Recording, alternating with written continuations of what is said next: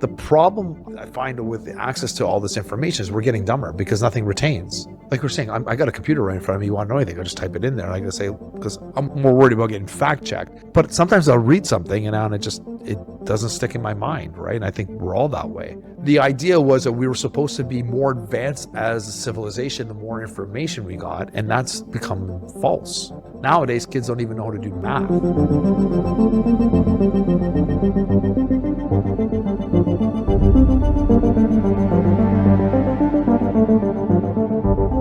Welcome back to the DC headquarters. I'm your co-host, Owen of Sende, with the main man in the building, Mr. David Chinelli, for the DC Talks podcast. This is episode 144.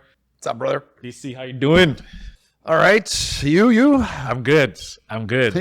Get some energy before we have lunch? Exactly. Breakfast for me? So today's topic, one of the key things that has been going around is this idea of 15-minute cities. We've never covered it before, and there's some conspiracies around it about what it is and what the purpose is and what are the economic impact of having this concept within your metropolitan area. What does this mean for the future? And kind of going from like a deep dive, not a deep dive, but also an overview of what it is and what purpose they serve, and what better person to talk to about this then. I'm not a fan of 15-minute cities. I'm not a fan. So DC, what exactly is a 15-minute city for those who don't know? Okay, so I'm going to read the definition, so it's not my words and stuff, but if you've been down any rabbit holes, you know what 15-minute cities are. So a 15-minute city is an urban planning concept where essential amenities like shops, schools, healthcare, and parks are within a 15-minute walk or bike ride of residents' homes, promoting a less car-dependent lifestyle. The goals are to reduce traffic and emissions, promote healthier lifestyles, increase affordability. I don't know how they increase affordability, and foster vibrant, self-sufficient neighborhoods. Self-sufficient? Yeah. What does that mean by self-sufficient? I don't know, maybe because I guess they're in their own communities. You have everybody there, so you have your own doctors. I guess their own community. I guess they don't need anybody outside. So basically, so the idea is anything you need, you can travel to within a 15-minute radius. By walking or driving? I believe it's driving. I think it's driving, yeah. But they don't want people driving. That's why they say the car emissions and stuff. But essentially, everything should be walking distance if it's only 15-minute car ride his way. So essentially, everything should be close by. It's funny, you talk to Elise, who's not here today. Her daughter woke her up at 4 a.m., so we were like, you can stay home. She's like, this sounds perfect. I'm like, no. Wait, on the surface, it looks good. And then if you think about it, well, great. If everything's close to you, like, why do you need to go anywhere else? Well, that's the problem, right? Well, the problem is that now they can mandate you. Well, the 15-minute city, what they're not explaining here is that it's going to be forced upon people. Then if you go outside the 15-minute cities, you're only allowed a certain amount of time. Again, they're restricting your privacy. They're restricting your freedom.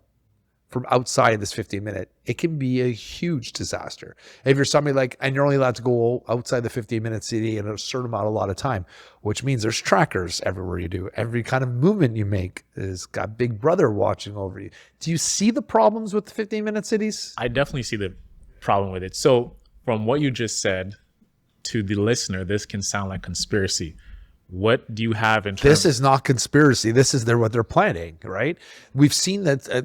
We've seen them talk about this in Toronto, right? Who's been talking? Well, they're about talking because downtown Toronto, they're trying to build properties and stuff close by that are in the downtown core that you don't need parking. If you've gone to see any of these condos downtown, the newly built ones, there's no parking for any of them. There's none.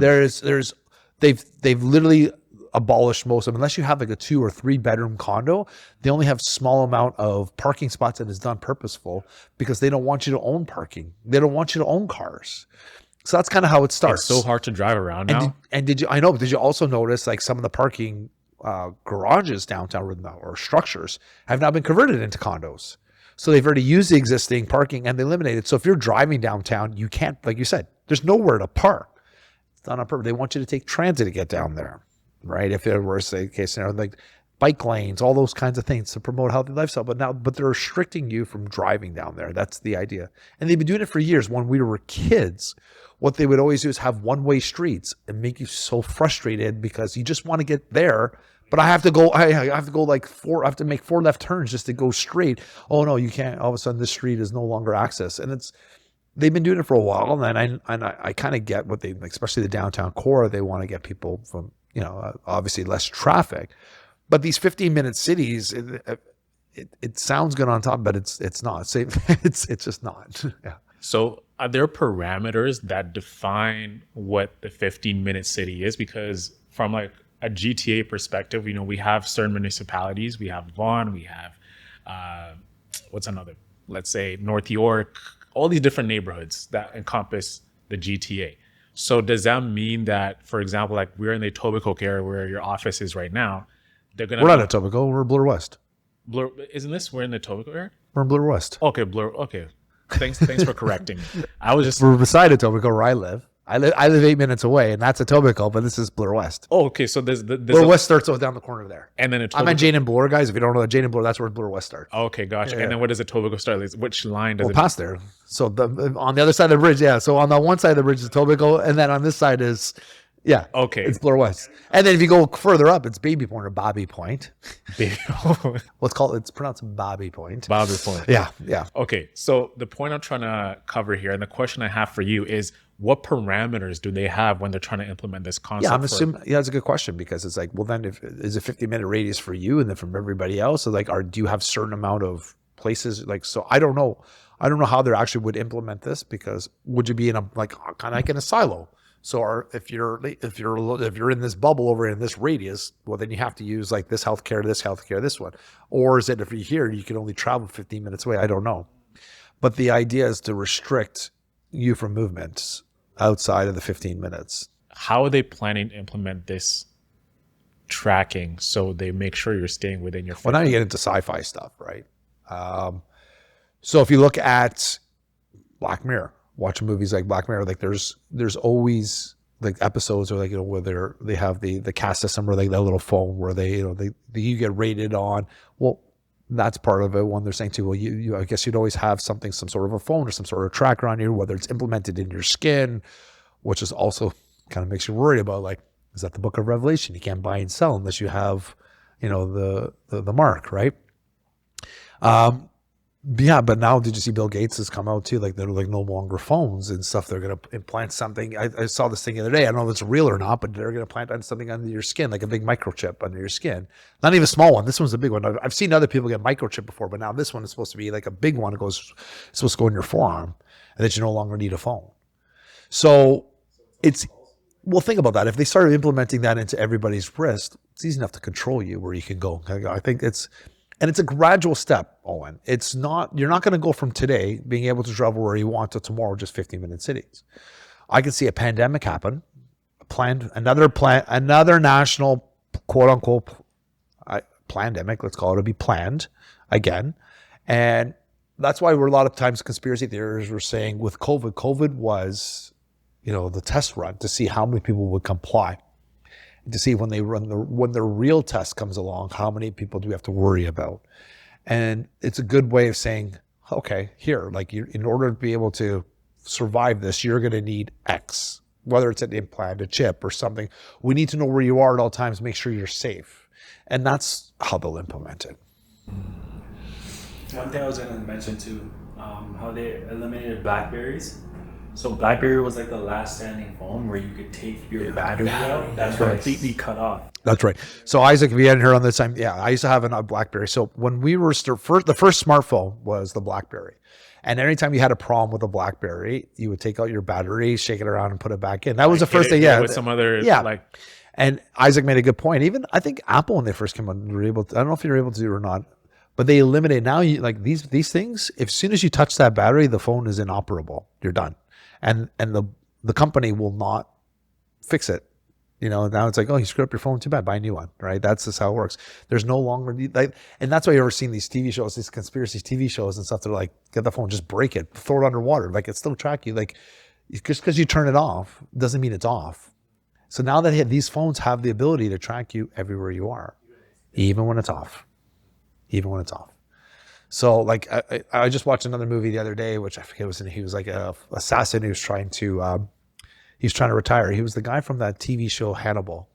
You watch Hannibal, not the movie, not Silence of the Lambs, but anyway, he was Hannibal in Hannibal.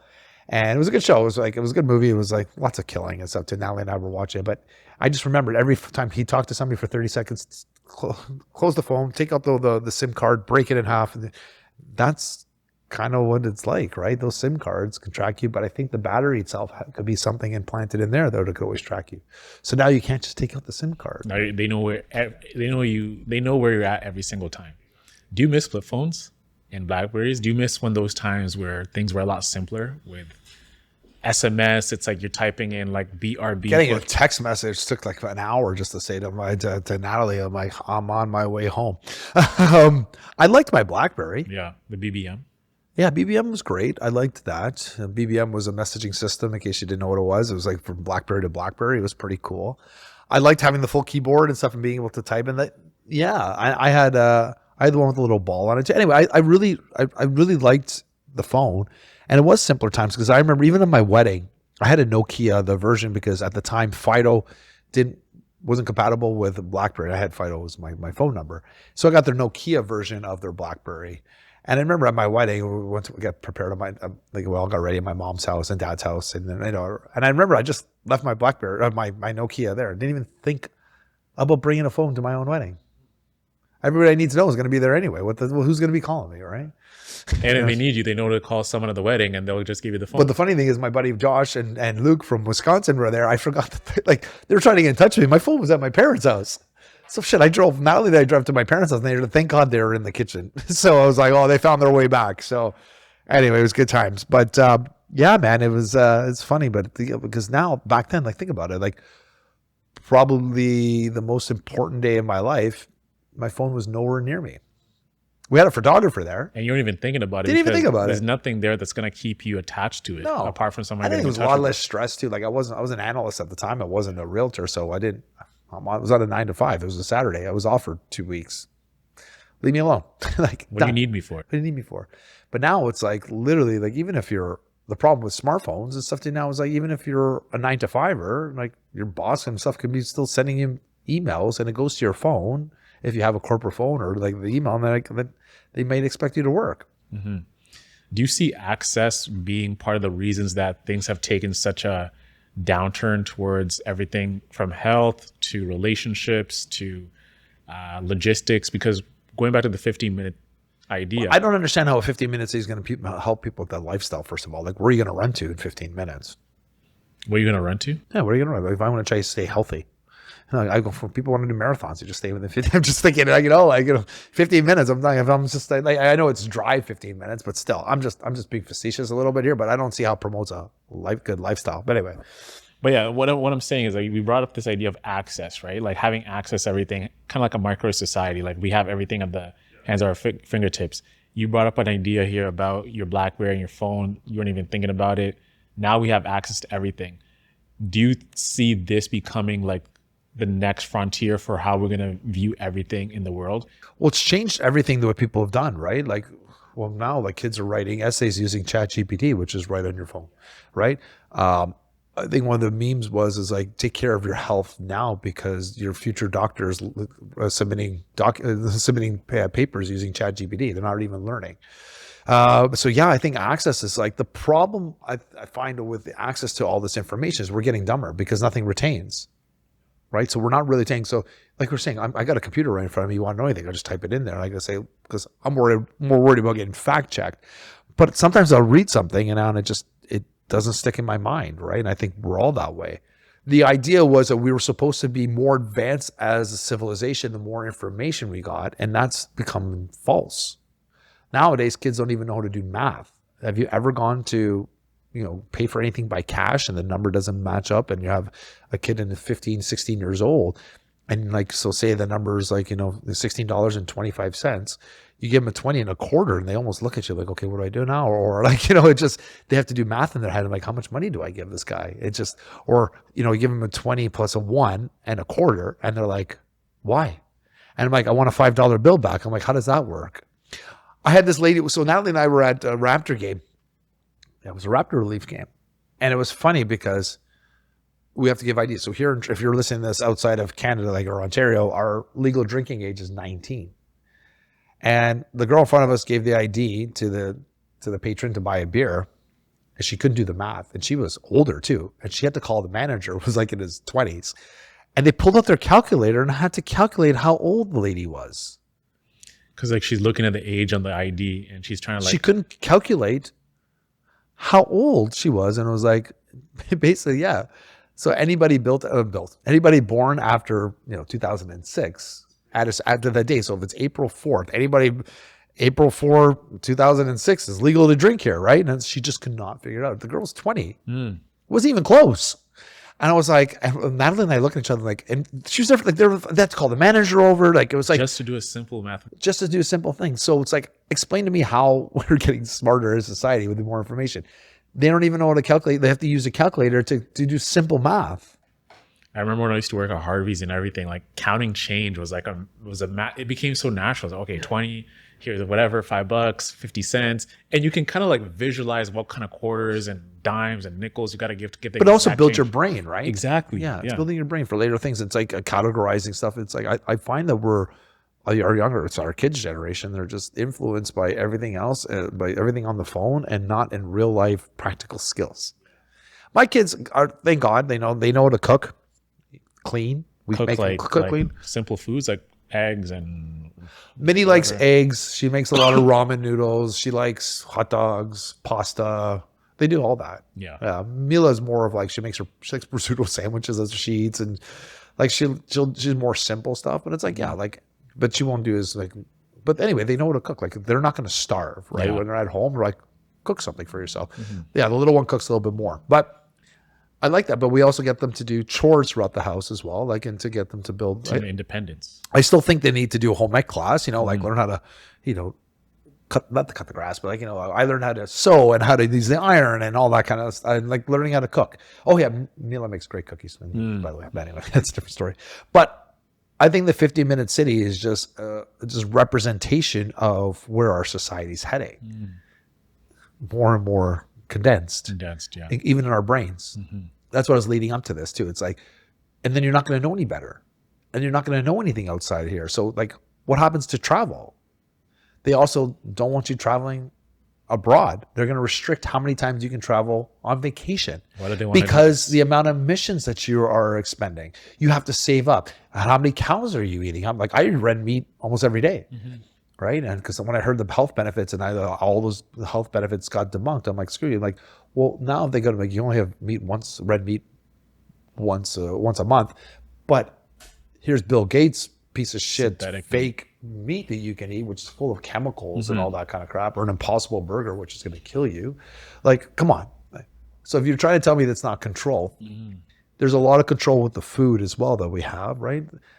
And I've heard research and stuff, people like talking about like how autism can be reversed by if you get rid of seed oils and processed foods, and like, well, what are they doing? I don't know the studies that's too, but it has helped people. Obviously helps with heart disease and all that stuff too. So think about if they restrict the cities and now they making you restrict the amount of foods you're eating, because that's part of the plan too. It's not just living in a small area. It's also what you eat, right? And what are they putting in these foods? Now they have to be approved by, let's call it the government. Whether it's a one world government trying to take over everybody or your own government trying to do this, it's kind of scary. Because what if they put all these additives in to make you dumb? To keep you docile? Yeah.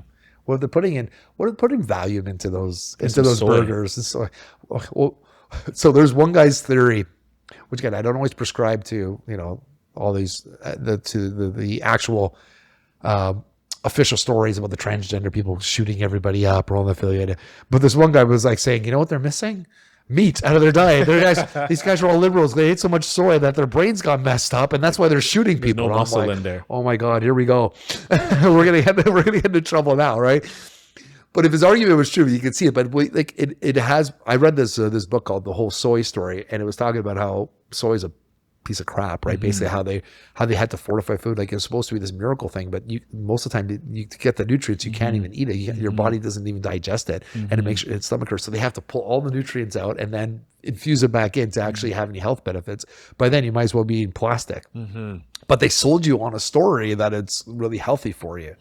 You can see this, and they put soy into. Why they do that? They put soy into everything. Yeah. Any kind of processed food has soy in it. And why?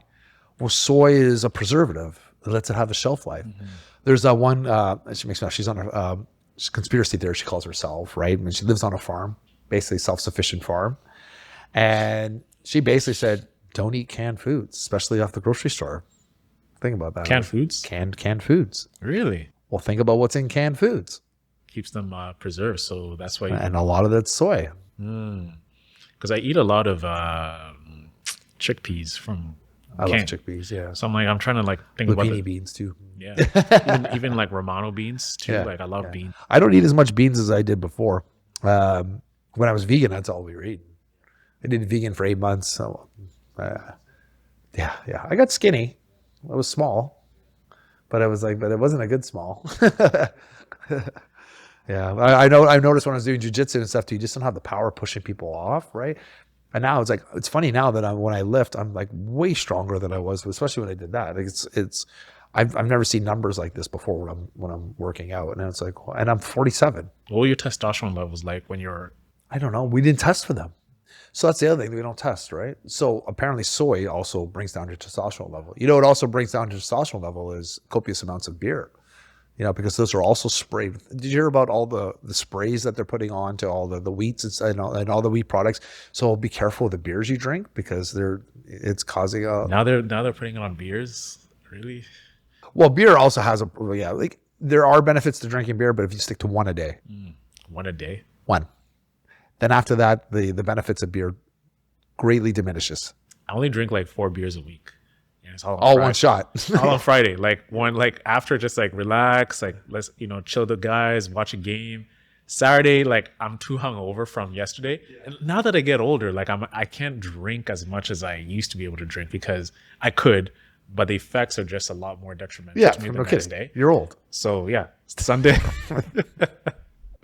No, I the thing that helps you. So what I do a lot of, if you ever start to get hungover, drink like when I work out, is like every morning, I have like my salt mixture. I learned that from Gary Brecka, and it used to be Himalayan salt, and then that wasn't good anymore. Then it was Celtic salt, and now it's like kosher salt. But basically, you get a jar, and you saturate the water with it. What you do is you get like just a regular mason jar, and you fill it to the top, but you also put copious amounts of salt in it to a point where it's like it should be settling. You mix it around. And then you sit it in your fridge. And then what happens every day is like for the sediment to go to the bottom, you'll see like, especially the Celtic salt, like from the sea, you'll see all the sediment at the bottom.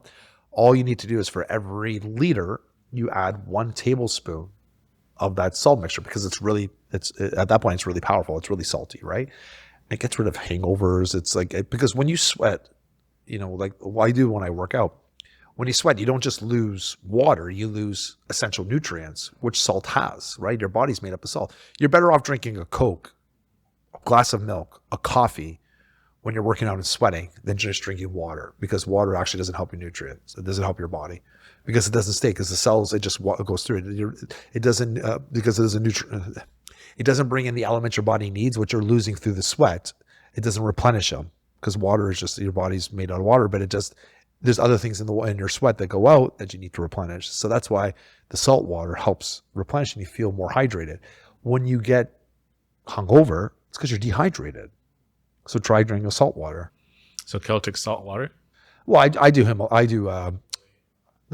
Celtic. You do Himalayan. Himalayan. Well, I don't do Himalayan because petrified bodies. Exactly. I try to stay away from the petrified bodies. If you don't know that episode, there's the theory that all Himalayan salts are from giants that had fallen and they're all petrified. So stay away from them. So remember we told that to Elise, and she was. But yeah, like Celtic salt, or even there's apparently a lot of hard metals in Celtic. That's why you're not supposed to use it as often. But I loved it. I think it's great. It tastes like the sea. The sea, eh? Yeah.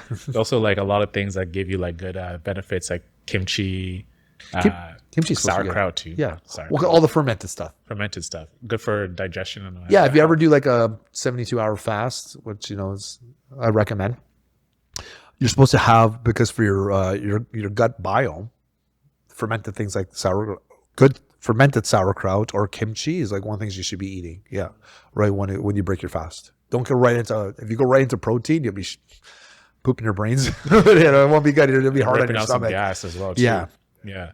Going back to the 15-minute real quick. When are we going to start seeing this concept? It's already been started. I've seen it roll out. I heard people heard places in like Australia are already trying to roll it out, and they're selling them the idea because you heard about the theory about what's happening in the U.S., right?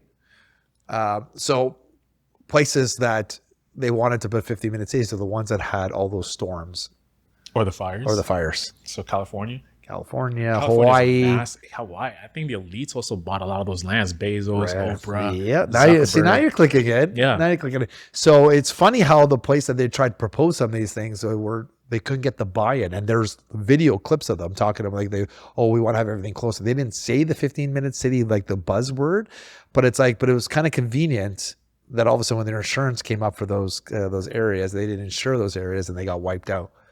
Oh yeah, there's a whole conspiracy theory behind that. Yeah, but they're already setting them up. But that being said, there were also supposed to have FEMA camps left and right across the U.S. with the whole do you remember that? FEMA camps back in COVID? Before COVID. And they're supposed to be basically, if you were against like any of the government, they were going to probably kill you. And then during COVID, then we saw videos of them too, and they basically stacked on not corpses, caskets, but these black caskets, and they're supposed to be FEMA camps in which you're going to New Island. Yeah, it was so. I don't know. Like again, you gotta love your conspiracy theories, but if you look into like what happened, like Hawaii too, with the fires on that, remember that where like anything was blue was not getting hit, and like there's a conspiracy theory where the lasers would burn everything that wasn't blue, like anything that was blue for some reason the laser couldn't burn. And people were trying to figure out, well, what's going on too. And then if people try to protect their houses, the ones that are in the know had blue around their house. So we can go down these rabbit holes left and right. I know we can go deep into them. Yeah, it's messed up. It's crazy. So if again, like, don't always take what we're saying for our what we're saying, but like the 15-minute cities, and I want to say like fires. Let me just see if I can find a couple of them.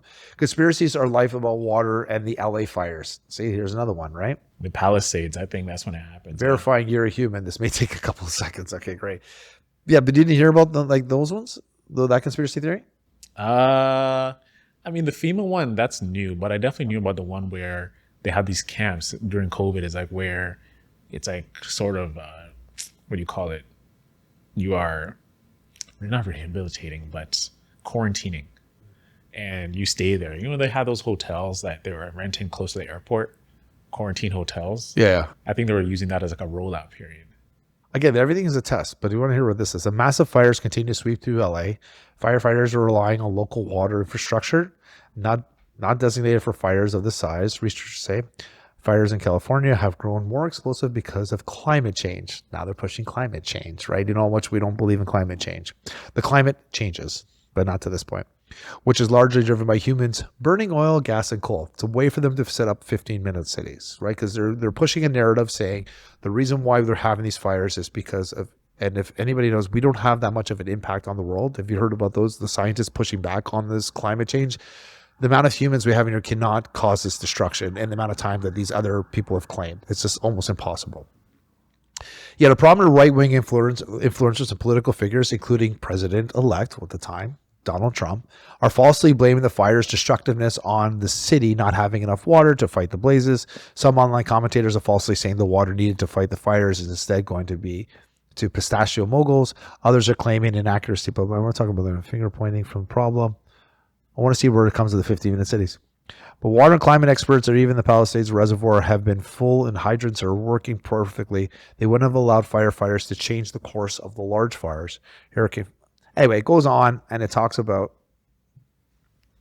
water and stuff like that. But a lot of them, like there are conspiracy theories, which this is not one of them. Like I have to keep reading. It's just too long to read it. And I can't get to the meat and bones. But to the meat and bones, a lot of people are saying, especially these LA fires, it was more of like, again, like there was, the thing about this, the LA fires, they were blaming the LGBTQ community for having, the firefighters, no, because they weren't prepared for it, because they were more, like, don't you remember this whole thing that they were more concerned about hiring the diversified personnel as opposed to people and they didn't fill up the reservoir for waters. That's what Trump was saying. There's all these issues, but I think it was a distraction again for them to bring in these 15-minute cities so they can now erect. So anyway, there's a lot There's a lot going on There's there. a lot going on. There's a lot going on. And people are not awake to it yet. And look at that. Donald Trump happens to be right in there in the mix. Go figure. Again, I don't care if you're right or left. I still think he's involved in some way. So it's everything is not what it seems. It never is. It's distraction. What does this mean for you as a realtor and real estate in general? Like when these I can only sell houses in 15 minutes from my house. My wife may love me or I get divorced. I don't know which one. Like, are you back here again? Like, I don't know. I don't. I think don't know. it'll be easier for you to sell these because they're all condensed in one area. So Well, I guess, yeah. I moved to a place that's pretty dense, like with the amount of houses. So that way, there's a lot more turnover, I guess, right? But what else does that mean for a realtor? Is like, what if you want to move out of that bubble? yeah, Are you allowed to? Like, what are the rules behind this? like, it's always going to be a lateral move, and like what's different than what you're currently staying at if you're within the same area? Because the incentive of moving is to have access to certain things. Right. But if everything's there, Same and within the same price well, range. I still think at the end of the day, that you're going to have different levels of care and who's living in the area. So you're going to have better hospitals in some areas. So you want to move there. You're going to have better convenience stores, maybe chain restaurants, stuff like that. Maybe the infrastructure is you're in one city is older than the other. Like this one's falling apart. Well, this one I like the nostalgia behind it. So I think that aspect of it, I can see that people moving. It won't be lateral moves. I don't think they can, unless they're building these 15-minute cities all at the exact same time, which is impossible. So, but what if you want to move country to another 15-minute city? So I don't. Yeah, but I still think if the 15-minute city, they're going to have to build one at a time. They can't build three of them at the same time. So by the time this one's built and they move on to the next one, this one's going to be a couple of years older than this one, et cetera, right? So there might be. We'll see how that also changes with developers. I just hope it doesn't happen. I think as a society, we need to push back and say, no, I don't want this. And in Toronto, have you heard any rumblings of it happening in here? Or Well, I've heard it was a precursor from some of the stuff happening downtown and what they're trying to do and to, like slowly take away the right, like people's freedoms that live there. Like again, driving, walking access, etc. And that's what I remember I told you. Like I always felt like the well was going to be like the nucleus of starting these 15 minutes in. Dead in there. I find it kind of very creepy. I find it creepy. Natalie and I went there too. We went. I don't know. No, it was weekday. I feel like they're more lit on a weekday evening. Oh yeah, we were there because we went for a massage. It was like 4 or 5 o'clock, I think. And then we went to see one of her friends in the Pilates class. We went to see they got style, which is I get to my clothes. I went through. Like I know we're walking there. Like where is everyone? Like the only people we saw there were going to the Pilates classes that are going to where we're going to get a massage was another workout place. Yeah, people were working out there like crazy, but we didn't see them shopping. But yeah, I kind of find the design of it very meek. Like it doesn't inspire me to come back. Like just the architecture, the brick colors, the flooring, it's very dull for like a concept such as what they're trying to do with it. Yeah, I guess. Yeah, but I can see that. All right, as we're towards wrapping up, any parting words with 15-minute cities with what they're trying to do? Yeah, if you've seen it, I'd like to hear other people's thoughts on this. What are your thoughts on the 15-minute cities? I'm against them for obvious reasons. I believe that they're going to restrict us and they're going to make it seem as if this is the best thing since sliced bread. But I am so opposed to them. I think anytime you try to restrict somebody's freedom, you're giving it's going to be a slippery slope. And next thing you know, we're all going to be slaves. You heard it there from Mr. Cinelli, guys. Anyways, hope you enjoyed today's chat. Don't forget to like, share, and subscribe to our YouTube channel. And talk to us within the comments within the clips that we post on TikTok or on Instagram. And we'll see you next week for a brand new episode of the DC Talks podcast with David Cinelli. We'll see you soon. Peace.